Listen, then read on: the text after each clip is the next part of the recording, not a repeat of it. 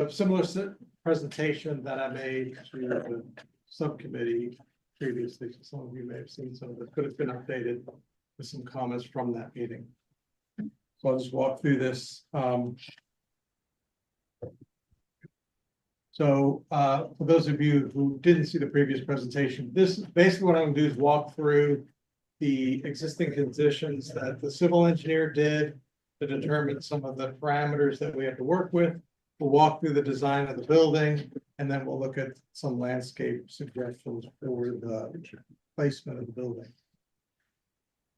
So some of the stuff that our civil engineer, niche engineering did was looking at existing utilities to see what was on site. Pretty clear site, certainly between the existing Coast Guard, existing Harbormaster facility. We have access to water, sewer, and electric. Obviously, there are buildings there now that are accommodated by those things.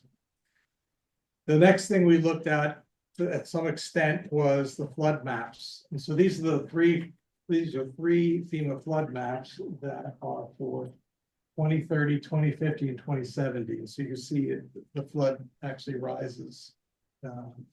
So what we had to decide which elevation to choose, right, just to start, and then we can decide what to do going forward. So we chose 2030 as a starting point. And so based on that, we developed some parameters for which to design the building. One of the other exercises that Niche did as well is to do a first pass at what the local and state and federal permitting that would be required for this project. And I won't go into that in any detail yet, but basically we have an understanding of between building codes, Mass EPA and the federal EPA regulations that will need to be submitting for permitting. The next thing that we did together as a team is we looked at the flood elevation and the recommendations. So we're at elevation 15, I think, is the starting point. And so by the time we work up through the underside of structure and utility enclosures, basically we determine if we're starting at elevation 10 for a ramp or grade around the building, our first floor elevation is elevation 20, which is 10 feet up in the air from the existing grade. So that's where we're starting from. So 10 is the grade today. Elevation 10 is the grade. The building is actually at elevation 11. Yeah. Elevation 10, and then it drops to elevation 9 pretty quickly from that. So we talked with the group doing the larger parking lot project, and it sounded like it would be okay to regrade some of that to get to the 10. Because every foot of elevation is 12 feet of ramp. So we're trying to minimize that. Because one of the other things too, the idea was to raise the building up so we can get as much water under it as possible.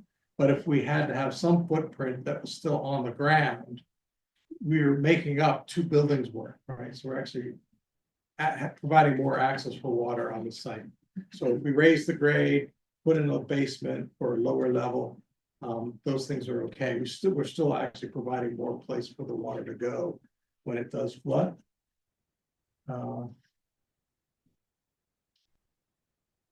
So this is a quick diagram that I did for a couple things, right? So here's existing grade elevation 10. 10 feet up is elevation 20, first floor. Then what I did is, okay, we have a 40-foot building height. So if I take the platform level, the first level, and the second level, and I go 10 and 12, which is a roof pitch that we like, right? And I do that, it gives us a width, which is 24 feet. So the modules of the building at that elevation are 24 feet wide to get that pitch. And then we go from there. We have about 2 feet for structure and utilities below the first floor. And so the elevation 18, which is 8 feet up, is the underside of all that's required by FEMA. Again, this is all predicated on a 10-foot existing elevation. So really, this diagram is really to determine, what are the components that we're working with the scale. So then we have to do this exercise. It's like a design precedent. So typically for a building like this on the water, especially when you have a long, narrow building, it tends to be a long gabled building with cross gables. You can see them here and here, and then basically a series of articulated volumes that are simple gables. Yeah, that's sort of the precedent that we're using for this design. So this was the sketch. I think someone had thought it looked like it was broken down last time, but it's a sketch. It's an artist's sketch.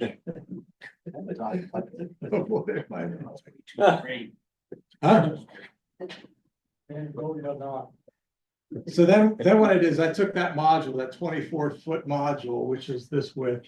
And if we go say a 2x3 footprint, so 24 by 36 feet, that's sort of a general model, 2 stories high, 10 and 12 slope.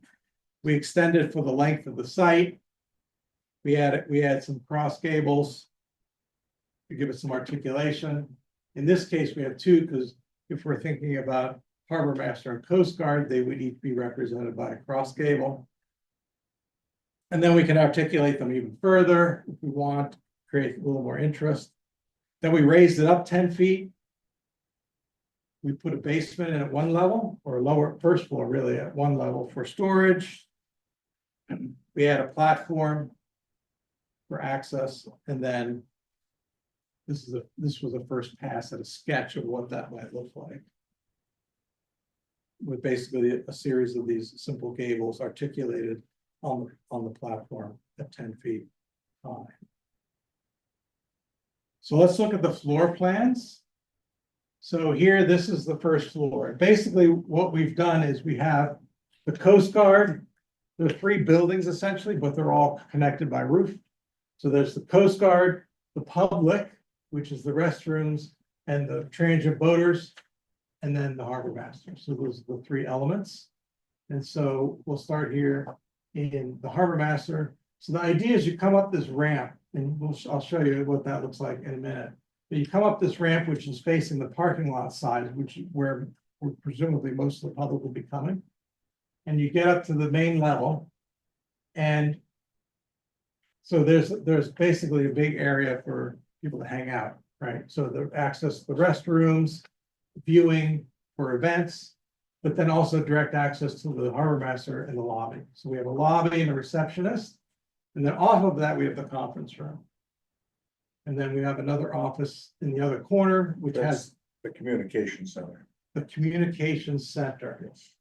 which has the view of the harbor, the north and the east. And then we also have some storage in the back, and then a second means of egress, which has direct access to a stair down to the harbor, so that if the staff are coming in, they can come in, get what they need, the wetsuits, whatever that they need to get to go out for rescue or whatever training. And that's at that end. So that can be separated from whatever is going on in the public. And with a restroom on the first floor for that use. That's the first floor of that. We'll talk about the second floor in a second. This is the way up to the second floor. And then over here, we have the transient boater facility. So we have 2 bathrooms, each with a shower, and then a laundry room, and then a janitor's closet off of that. Then over here for the public restrooms, we have 4 stalls, each for the men and the women, and then a family restroom, all accessible. And the entrance to these restrooms are undercover as well. And then for the Coast Guard, this is based on their model, but also I think the fire station was another model we looked at. In Humrock, Yes. building in Humrock. Yeah, so we looked at that as a model for reducing the scale of the existing Coast Guard building. But basically, undercover, you come in, there's an office with a vault. And in this case, to keep it compact, we combine the kitchen, living, and dining. And then have a laundry on the first floor with some storage and a restroom on that lower level. And then the access to the upstairs there. And then you can see that where the boat is there in the plan, that's access to the storage underneath. Any questions on this? Yeah, The mechanicals in the lower level, no, okay, everything has to be above That's what I thought. that. are they on the first, or are they? So they'll actually be in the attic. Okay. Of the buildings. There's plenty of attic space in these. It's like in condensers, AC condensers get outside. Yeah, so that's what we did in Plymouth. We put most of the stuff in the attic and then hung the condensing units on the outside of the building. And then covered them with windscreen so you didn't see the big fan. I don't know if you've seen them on the back, but you know, we sort of did them symmetrically.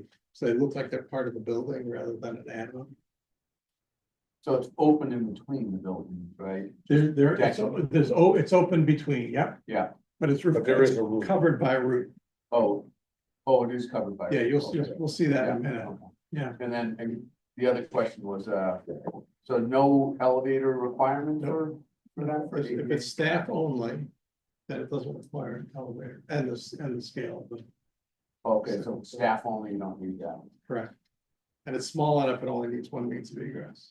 And the ramps will provide access to the building itself. Yeah, the entire Yeah. facility is accessible. Yeah, I was just thinking about that upper floor. So, Question. The laundry, I don't use the Scituate town pump, but a lot of people do. Is there any way to distinguish voters' use versus town's use? Because it's clean and new and people I'm sure will walk across the parking lot to use that laundry. the laundry is probably, that's just a room for like the future. It's like an office or a storage room. We're not gonna put laundromat in there because there's a laundromat in Cole Parkway. We don't want to be in competition with Right. people. Yeah, okay, that was my question. So it's sort of future planning. Yeah, like in Newburyport, though, they actually have in the area that you have to do key code in for the voters. Yeah. Right? They had just one washer and dryer there Yeah, great. for Marina and Foley. We're just not looking to be in competition with, rapid. Yeah. But it's one washer and dryer, it's not. Yeah, and Plymouth did the same thing. Will, is each building separated, like will each building have its own AC furnace or heating, or is it, will the Harbormaster side and then? the We're public assuming side it's all split units, electric. Mini split units. Mini split. For heat in? Yeah. And on the floor plan, I don't know how to. So is there any way you can have the communication center and the receptionist kind of like closer together so it could be staffed by in a quiet time by one person versus having to have multiple people? Well, we wouldn't have. Ellen, the receptionist would be like Ellen. And she'd be probably in that communication center during the winter time. And then there'd be like doors would be open. And people come in and, Mike and I might be in our offices and they just, will ring a bell or call us or. We don't expect to have like a full-time receptionist, full-time person in communications center. Mike Pierce may be down there. I might be down there if he's not there. We still plan on having 3 people. Yeah, I just think if we, first of all, having spent a lot of time in the, current building a long time ago. And where if you was kind of standing watcher on, at the communication center, where, as it were, you were looking at a parking lot, and then to your back, behind a wall was the harbor. So that wasn't ideal. I just see this. So I didn't know if there's some way you could spin it around and put maybe the back of the reception area up to the communication center and have it more dual use. It would seem to me it would make better sense of use of staffing when it's in quiet times. I could see if it's a Saturday, Sunday, weekends, holiday, stuff like that you want, but you could just move some things around and I think make it work better long-term for minimizing staff. We did scheme before this had the reception and the office in the same room. I Because see, Marshfield does that. I see a good reason to keep it separate, especially if you're working, have phones and you have phones ringing, you're talking on the radio and trying to run a case or something like that, you want to shut it off from reception, but I just think it'd be nice to have it close by. And versus like around the corner, just so one person, when it, like I said, when it's quiet, one person can do both. And move reception, so they have a view of the harbor too. Having a conference room also, it's gonna be used. Minimal use, you know, where you could. It just seems to me you could set it up a little differently so that they were close together. That would be my only comment. Conference room is that meeting room that the public wanted, you know, when we had these meetings, they were looking for an additional place to have conferences. Also, if there was a SAR case going on, that would be used, that conference room would be used for that as well. If this is all the information we received from the public. Okay, well, I mean, wasn't able to attend those, so I would say, you know, for staffing reasons. Put the reception and the communication center closer together so you can just streamline your staffing. Yeah, What question? This isn't something that's 5 years. This is what's the life of the building? 30 years or on the building, so. I just think it's something to look at and. I think you make a good point, Brian. Why is the conference room taking prime space overlooking the harbor? Put that in the back and what you're saying is move the lobby forward and the reception, correct? Yeah, there's all, But it you just could seems- spin it 15 different ways and Right. I think make it work. And the other thing is, why do you have a storage room, 2 storage rooms overlooking the harbor? But Yeah, I would say the same thing. It's very important that if they get a call from a patron coming in and they need help. Finding the slip they're coming into as a transient, you know, it's kind of critical that they can look out the window and say, oh, you're the sailboat that's, you know, hovering, right, see them, so. Wherever the comm room is, should have direct view. Yeah, of it what's does. happening. it's right here. That's Oh, why, that is the comm room. that's the Oh, I'm comm sorry. room. Yeah. yeah, my That's point why was we- to put that's why we reception put closer it to there. the harbor. Right. Yeah, okay, yeah. I understand. Question? Yeah. Yeah, sorry. I mean, I don't know if it's because I'm remote, but I can't even see the conference room. Is there a way? In the meeting room, can you see the conference room? Yes. Yeah, I don't have visibility. Okay. You would have to share his screen.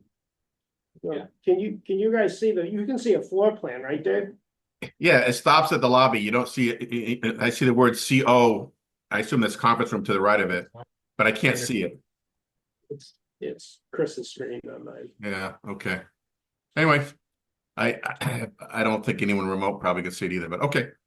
Yeah. I don't want Sent out the floor plan, so you should be able to open those and look at it. Okay. The only other comment that I think would be, and this is. Was if you had I don't know, a small deck or a window, you could, off of the comm center, you could step out onto the binoculars and look out in the harbor. And also keep, you know, have a door open, listen to what's going on. That would be, you don't want to be. When it's quiet, you don't want to be sitting in a room with the windows closed and not have any. What am I trying to say? Any connection to the outdoors. Situational awareness. Yeah. Thank you. Well, you can certainly open the windows. Okay, well, but it'd be nice to be able to have a small deck you can step out, like a wing, you know, a bridge wing or something like that. If it was mine, that's what I'd do. Okay. But So I noticed that, again, the east side facing the harbor, between the comms and the conference room, it looks like you've got 2 storage closets.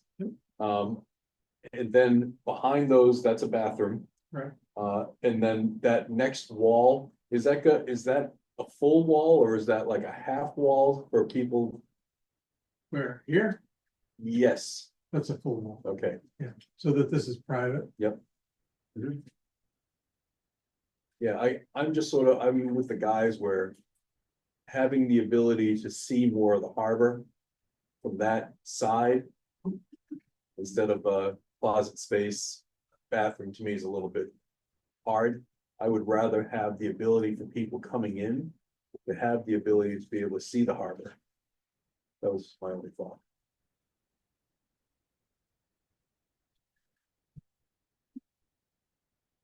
Anybody else? I'm gonna move to the second floor.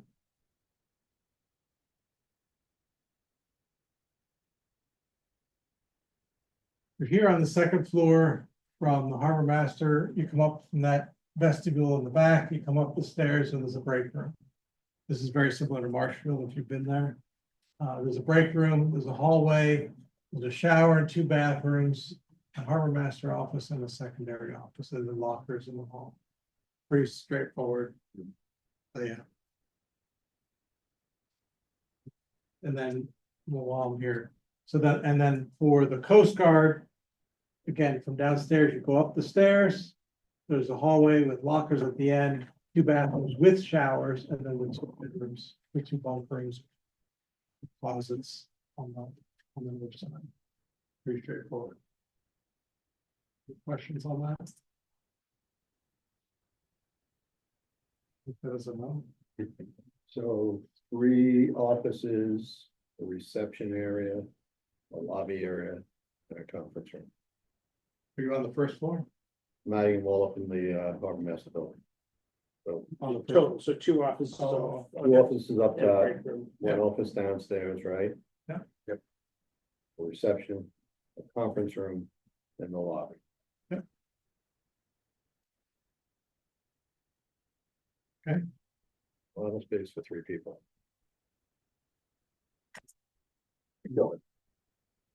Now, so here's what it would look like. Yeah, these are the elevations. So this is the elevation facing the parking lot. You can see here the openings between the buildings, the opening into the restrooms, and then the ramp here in the front. And we like to do the ramp. We're not afraid of the ramp. I know a lot of people were saying we should hide the ramp, put it somewhere else, but we like to put the ramp in because it adds to the character of what's going on with that elevated deck. And then this is the north side. And again, at the deck, you can see here that the access for the storage below the Coast Guard building, portion of the building. And the gable, so you can see that from that section diagram, how that starts to play out there. So currently the proposed materials are standing seam metal roof, cottage style double hung windows. That way the meeting rail is a little bit higher, so you can see under it. You get a better view, especially if you look down. And then cedar shingles, and then barn door here, and then stainless steel guardrails and railings with a cable system. And then we have these breakaway panels between the timber piles on the lower level, so they can break away if there's a flood that comes through.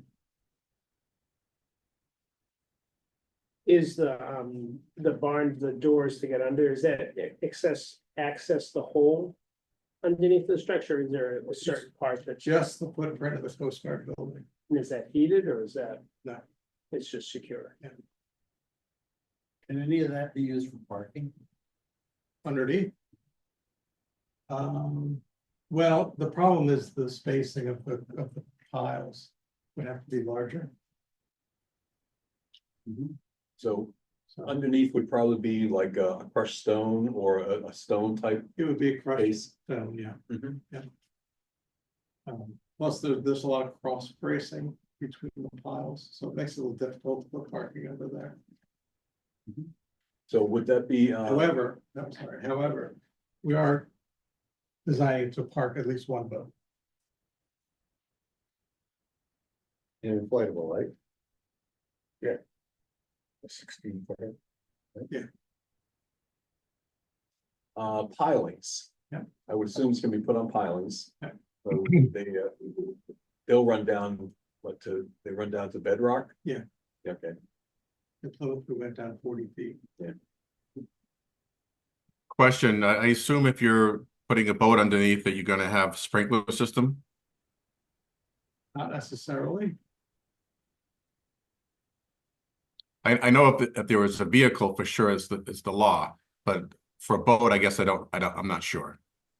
That's a good question. But if you it's an inflatable, you probably just disconnect it, it doesn't have it in. If you have 10, you probably just take the, or the gas cable out. Stephen, any thoughts about emergency generator, especially if you're gonna go with that plan, you have the conference room. You can use it as like an incident command center for a big rescue. We have a pollution dump in the harbor and to bring fire department in, Coast Guard. Yeah. Environmental folks, We'd be looking at an emergency generator that could be raised up kind of like the mushroom beds. that way you can operate. If we don't want to incorporate it into the building. What we did at Plymouth was we put it slightly remote, a little bit upland. I'm not sure we have to, The space. well, I think we have a place to put it, but it doesn't rise up as it goes inland. That's the opposite. But we can certainly do that, put it on its own separate. Yeah. Pod. Question. It's kind of a wild pitch, but you know, the Coast Guard has been having difficulty in cutting costs from the can. It's always been rumors over the last 25 years that they may not stay where they are, they may move, maybe just point out. But it makes sense to have any thought to futuring that building and so that if they ever did leave, that it could become part of the Harbormaster complex. A lot easier than ripping things apart, and putting it together then, I mean, just future lines, I guess. Yeah, so the use of it, if we built it and they moved in and then left, that's one scenario. If they decided not to move in or left before we built the building, that's another scenario, right? We'll get to that at the end. But the other part of it is really how you decide if you might want to use that facility. Square footage. And my last question is there an estimated cost for all of this yet? Yeah, I'll get to that in a minute. You get way ahead of me. That's great. In terms of the look and how it sort of feels on that corner, did you take into account with the condos and how it just sort of it ties in where you got a lot of height with the condos over there? It's weird because you've got such a small height building there now, so you're going up another, what, 20 feet? On basically that entire length, so what'd you say the length was roughly from east to west? Yeah, we're probably going another 30 feet. 30 feet. Right, So- we're at 40 feet and now the existing building. So aesthetically, it wouldn't look too, it's the word gawky with the height and the size of the building on that corner. No, so I think the goal for us was to design it in a way that looked like it belongs on the waterfront and not necessarily address other buildings that may not necessarily look like they were always there as part of the waterfront. And then when we had that concern too about the view from the condos. And when we looked at it, what we realized is all the windows are actually to the north of the building and have a view northeast. So the building would be in their view, but it wouldn't block their view. Yeah. And we think the building would look even better than what's there. When I first saw the concept, sort of really it reminded me of the Mill Wharf. So I like the look that's been presented. So let's see what it looks like in 3D. So here's the building with the Harbormaster, the public restrooms, and the Coast Guard with the ramps that go up to it, as well as the stair at this end. And we'll look at how the site relates to this in a minute, but you can see that when you come up, there's a covered area here. You can go right into the Harbormaster's lobby, undercover, and then also a place for people to hang out. That gets more chairs. And this is a view looking back at this lower level here with the barn door for the storage. On the deck. If you remember the diagram, you can see the articulated cross gables and the long building. And so this is facing north. And this was just the first pass at how you might have condensing units on the building that don't look out of place necessarily. Right after thought. And this is on the northeast corner. So this is where communication center is. That's the Harbormaster's office. So Brian, there's like plenty of room to put a crow's nest out there for the office. That didn't seem to catch on. Then I added this diagram just for scale. So if you're familiar, this is Plymouth. And so you can see the difference in the scale between Plymouth and Scituate. Of course, the biggest difference in Scituate is the Coast Guard piece of it. So if you took that off, it'd be very similar. It's a little bit bigger. Very similar in scale. So a little bit about the site plan. The landscape architect took a look at existing conditions, identified the existing harbor walk and pathways, and identified a missing pedestrian connection to the harbor walk from downtown. So that was an opportunity. So some of the things we looked at were the location of the building, access from town, and then access out to the boat slips and the harbor walk as well, where the preferred views are. So right now, the building is pretty far out. There's a line here, FEMA line that runs right at the edge of the building. And if we were forward to that, we'd have to be up another 4 feet. So we want to keep back to that. The other thing we decided we wanted to try to do is pull the building back as much as we can to open up this corner for the public at grade.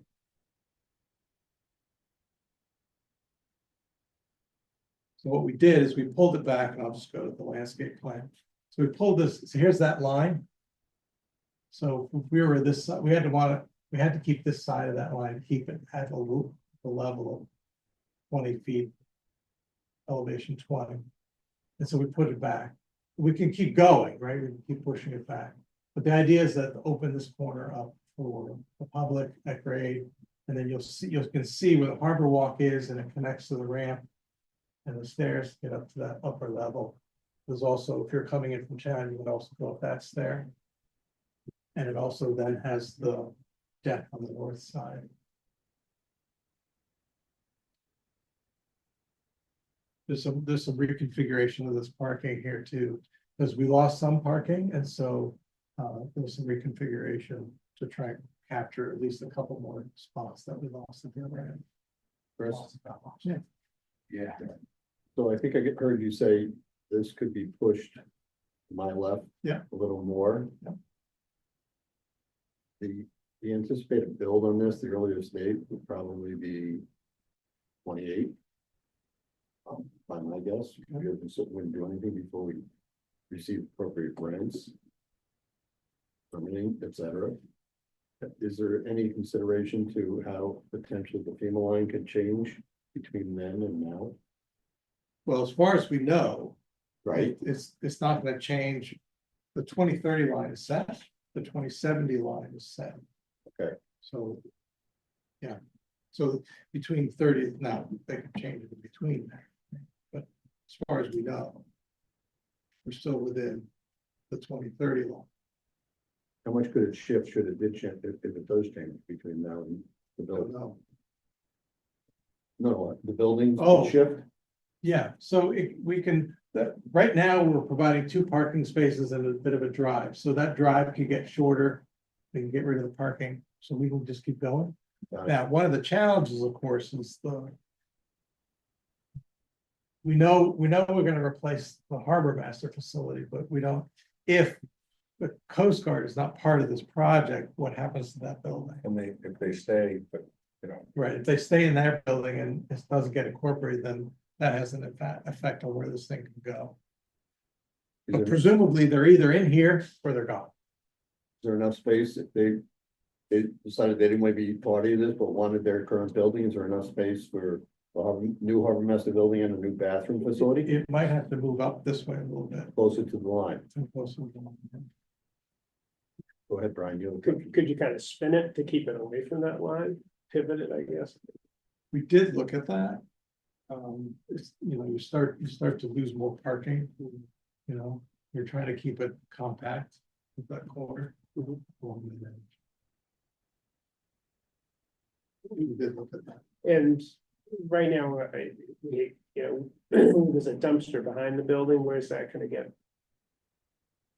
Well, we haven't fully developed all that, but there's certainly room back in this corner here. We can screen it from the harbor. Presumably, if you came up that driveway, you could access it from this side.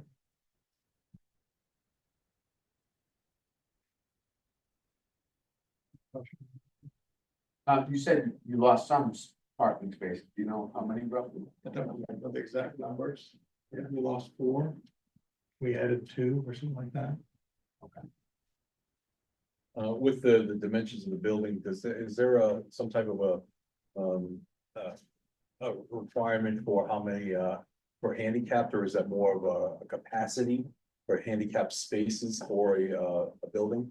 Yeah, so we're sort of deferring to the other group who's doing the entire parking lot exercise. I mean, obviously, some of these will have to be accessible. I think we're assuming these are. Yeah. Just because they're close to the ramp and the entrance to the building. But that's a larger exercise with what's going on elsewhere.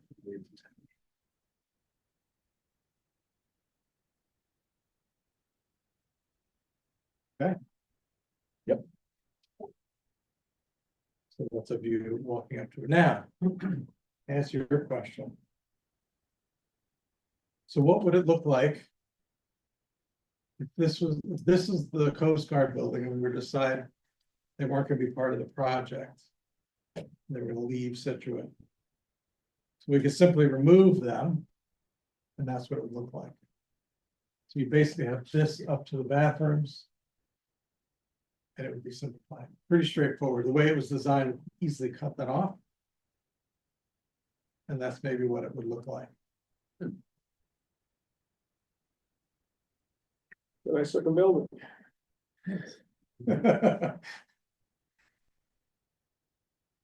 So that's that. Now, for costs, what we did as a first exercise, we do have a cost estimator looking at it. You have the numbers back in time. What I did is I took a first pass at looking at what Plymouth cost, because I know that project. And it was $4 million divided by the square footage. I got $1,800 a square foot. But that included site work, building, piles, utilities, emergency generator, included everything. So I took that, figured out a cost per square foot, which is $1,800, escalated it for today's dollars, and then applied it to the square footage of this, and we came to about 10 to 12 million. And then if we were to take out Chris, for all 3. for all 3, that's exactly, thank you for that segue. Then if we were to take out the Coast Guard building, then it was probably 7 to 10 or 7 to 9 for them. Again, order magnitude today's dollars, maybe not 2028. So we'd have to add escalation for that. That makes sense. Maybe we don't need bathrooms.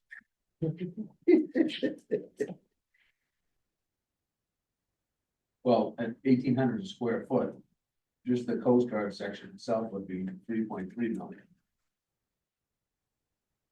Because it's 1,866 square feet for just the Coast Guard section.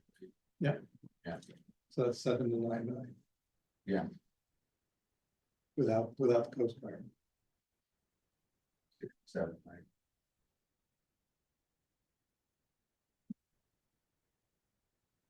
And the Coast Guard building square footage would be approximately how much? The new one? 1,800. I'm sorry, 1,800. And memory serves me correct, Marion was 1,500 square feet, a $3.5 million build, and the reason that the expense would be less to do a larger building is because the mow demo costs, or what would that reason be? I'm sorry, I missed that last part. No, that was what Jim was saying today. Pardon me? That was what Jim Boudreau was saying today. I'm saying Talking something about the- different right now, though, so what he was saying today, I wasn't sure, Yeah. you know, So Marion costs 3.5 million built, and it's 1,500 square feet. This would be 1,800 square feet, but Mike's saying 3.3, so it would be, I'm saying 3.3 just for the Coast Guard section. That's what I'm saying. $1,800. comparing per buildings, square foot. 1,500 square feet, Yeah. Marion, 1,800 square Well, feet. for Coast Guard. don't forget, that doesn't include the ramps, the stairs and all that other stuff. We still have to do all that, Right.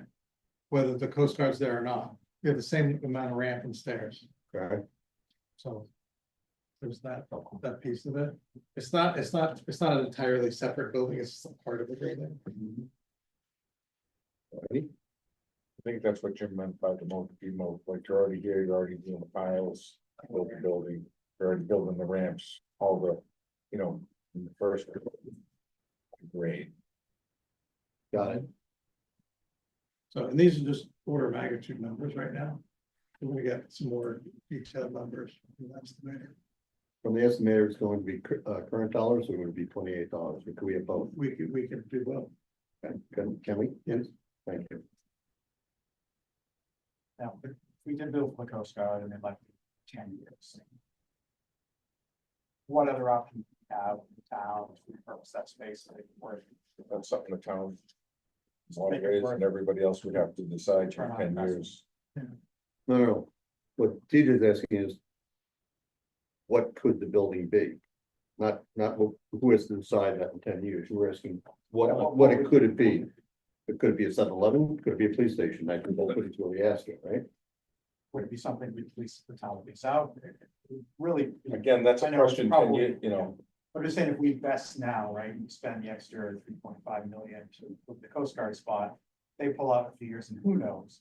They're dumping money into the Coast Guard like nobody's business now because of the border, so I don't know if it's gonna help their staffing and then, you know, I have something happens in no 4 idea. years and then we cut again, so. Lobster rolls, that's a, lobster rolls. that would be probably a, you know. I mean, Kevin could probably have a window there or something like that, so. Well, can the Coast Guard go back to where they were? I mean, Noah's got one boat. I mean, he's over there now, aren't they? Well, we're assuming that building's gone. No. Across the harbor. Oh. I think that was already given to Noah, the whole site, so trying to get it back, Noah would be. It's on a $1 lease. And if no, it doesn't exist, then. So here, but Nobody's here's in the the other building. thing we did learn about No the one's in Coast the Guard, building. is they operate out of Hull. This is just a satellite out of Hull. Right. And when I asked them, I said, well, if there's an incident, you need to come to Scituate and operate. He goes, we pick up a trailer, we bring it down, we operate out of the trailer. That was their answer? Yeah. So, my mind, I questioned the need for a building, quite frankly, but what do I know? For the Coast Guard.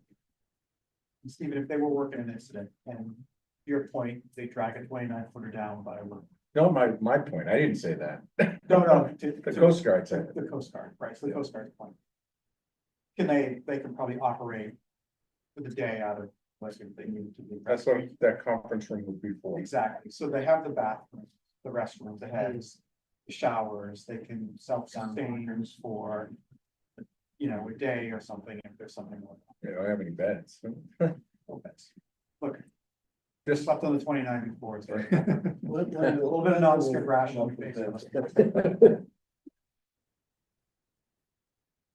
They're young, they're guys, ouch, they're good. Guys and girls, so. Gals. You bet that bathrooms to accommodate. And that's a scenario to where they don't need that building, then they can operate. On a case by case basis, I mean, it's a big case. So, I don't know a lot about how the Coast Guard works, but before you build a building this size and you give them a third of the space. Do they give you a commitment? Do they say, we're gonna be around for 2 years? Or is that not a budgetary thing that the Coast Guard can do? Because it seems like a total waste, to build something 33% more, somebody who might be there, might not. But that goes back to my question, if you build for them.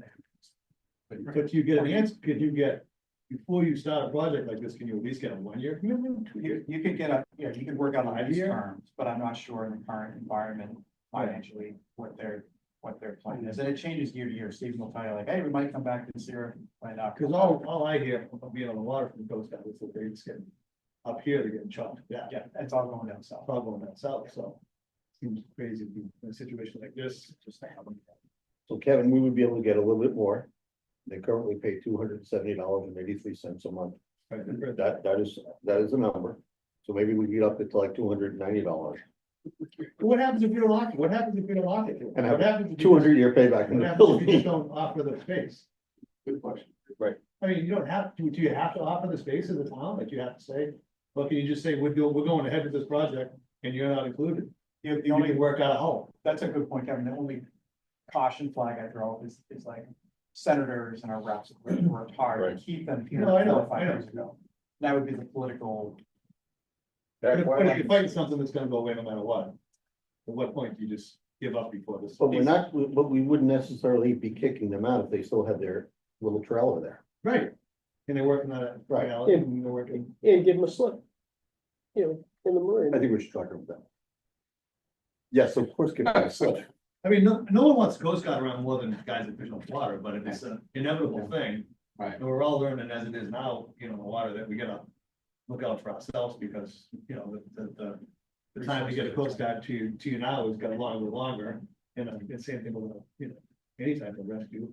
Steve, was there any conversation with the captain of the port about what their intentions were, or was it kind of like? they intend on staying is what we were told. Point blank, that's what he said.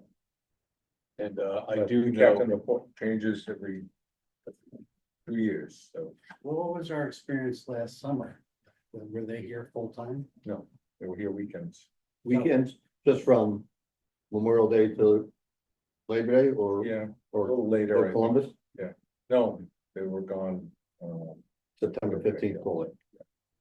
So to your point, we're looking at a building for one of the year weekends. Well, yeah, I'm getting the same thing. Yeah, I'm in full support of having those guys down in Scituate. We Me fought too. hard to have them. Right. Down here, we want them to be here, but at 3.5 million or whatever the number is, without any sort of long-term commitment, it just doesn't seem like it makes a lot of sense. on the political side, I do understand, we've got a very active, congressional group that has a lot of pull and they're very tied in with the Coast Guard. And that's why I'm pretty sure you're seeing the Harbormaster Coast Guard on the bottom of these tiles, that they can probably swing some weight to be able to get us some good, some grants on the federal level to help with the building. Besides, we know that with the Seaport Council, where the money seems to be tightening up quite a bit, that may give us an opportunity to be able to get some more grants to make the costs a little bit more bearable. Just another one of my, just another thought. How much did Marshfield get for a grant, you know? Where's the mail? Sir? So we need like the mail. It's 50-50. I think he was the other 50 you weren't getting, right? So the seaport is usually 80-20, we take 20. They'll pay 80, but there's a cap each year, how much they'll give. It's not each year, it's each phase of different projects. Could be just, Okay, so the maximum they'll give a town usually is $1 million, correct? That's what I'm saying about a cap. So unless we're planning on a 10-year build, we'd be looking at probably 3 million in grants. 3-year build, 3 phases, I don't know. no idea how long it's gonna take to build. Chris? How long would something like this take to build? 12 to 18 months.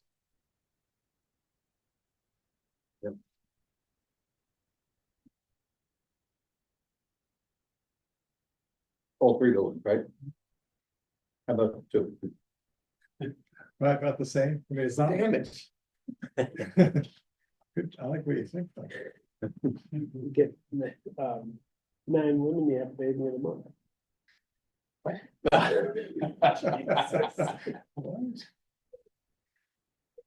Included in your estimates, is it, I would imagine that you're gonna, well, not imagine, it looks like you have to take the existing buildings down. What's the, have you included an estimate on, temporary buildings, temporary restrooms and showers and a trailer for the Harbormaster? Stephen, where would you operate out of for a 2-year period, you know? Probably out of trailers, What would the trailers be? parking lot. Bandstand, maybe we could just put some wrap on it. Yes, maybe out of the Marshfield Harbormaster's I office. had the Coast Guard has a trailer.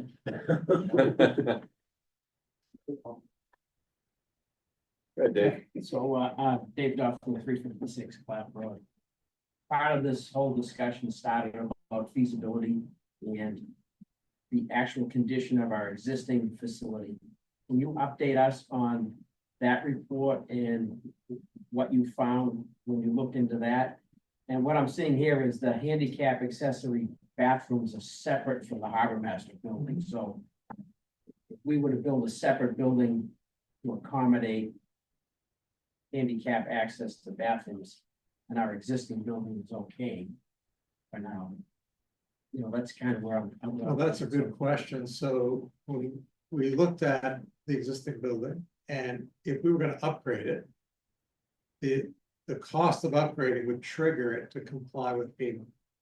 Which means we have, 50% of the assessed value. yeah, exactly. So we have to raise the entire building. It's concrete slab on grade. So now we're having to remove, we wouldn't be able to lift the slab, so we'd end up having to lift the whole building without the floor and build a new frame. And the cost of that would be, and you wouldn't get a new building, basically. You just get the same building but higher. And so we felt that the cost of that was to the point where it was actually the same to do a new building. So they talked about the assessed value of it, of the building itself, and I don't remember the exact number on that. The actual rehab of the building itself would be to accommodate the handicap access bathrooms, correct? I mean, is that? Yeah, well, then if we wanted a conference room, right, and we wanted some other spaces in there, we'd have to do an addition. Right, so now you're gonna trigger it. I think Yeah, what was the assess, was it 150 is what I was told. What, one, The code, if I can just speak on that, Doesn't. the code actually says the fair market value, not the assessed value. Okay. So every time we have a residence, for example, that's about to trigger that, we tell them to go out and get a private appraisal. Okay. Because that appraisal will come in regularly 30, 40, 50% greater than the assessed value. because I believe the assessed value is slightly over $1 million right now, and it's mostly the land. I believe the building itself is about 200,000, maybe 140. So that's assessed. So Well, that's the other point to make, that when you're looking at it, it's only the It's building just the building itself. value, It it's doesn't. not the land. Right, so the what would be triggering the FEMA event is on a much smaller number, correct?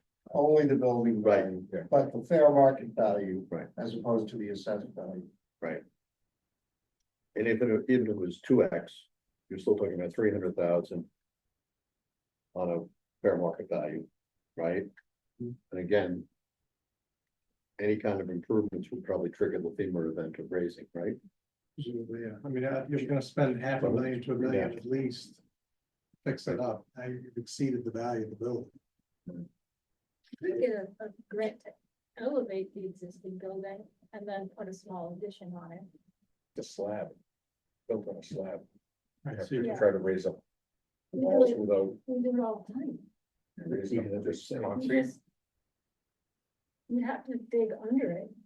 And put cribbing underneath it, stabilize the structure and slowly raise it up. And then demolish the existing foundation, drive it higher.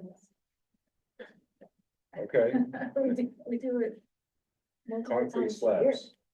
If I may, Mr. Chairman, this is Corey Mills, she's the Miles. 40 miles. Corey Miles. Mills, sorry. She's the coastal resource officer, and she was part of the working group because she's very involved with the reconstruction of Cole Parkway. I just wanted to introduce her. Thank you. If you didn't know. Welcome. And administers the FEMA grant program.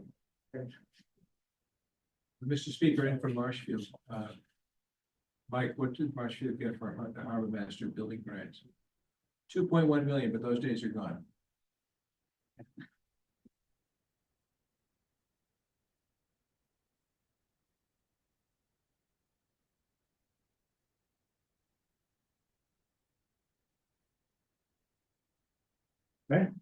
Anybody else?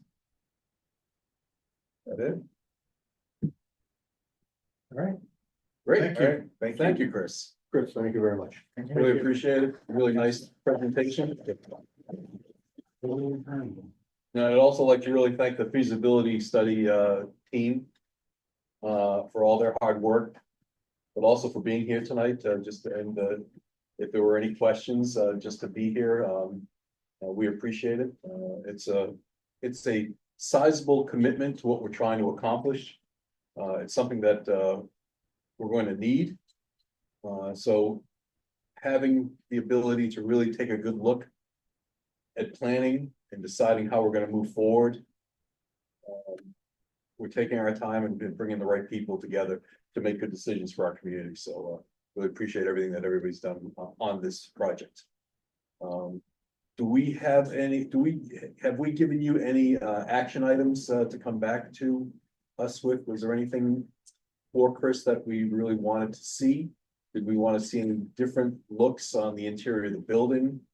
Was there anything that we were talking about that you want to see changed from what has been presented?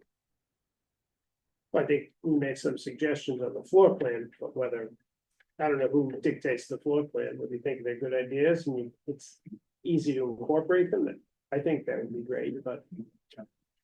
Yeah, I mean, it's interesting, so what I'll say about that is the previous version was more similar to what you were talking about, and there could be several different iterations.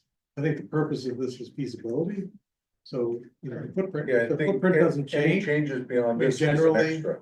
it's the same building, and we can. Yeah, So, good. And Point taken. this happened on all other projects we've done is we'll do the feasibility and then the whole thing changes anyway, right? So, but I think, but I think that the footprint's pretty good. So we can certainly work within that. So Dave, I got a question. What are the next steps? Where are we going with this? Well, So if I could just, I have put together a report, like Stephen and I are still fine tuning it. It has the thing about what to do with the existing building, it has the estimate, it has the design narrative, it has the existing conditions report. There's all that in it. To supplement the drawings, but we're still tweaking it. And I'm also getting an estimate from an estimator too that I'll incorporate in there. So those are sort of our action items going forward. That would get turned over to the town administrator and the select board.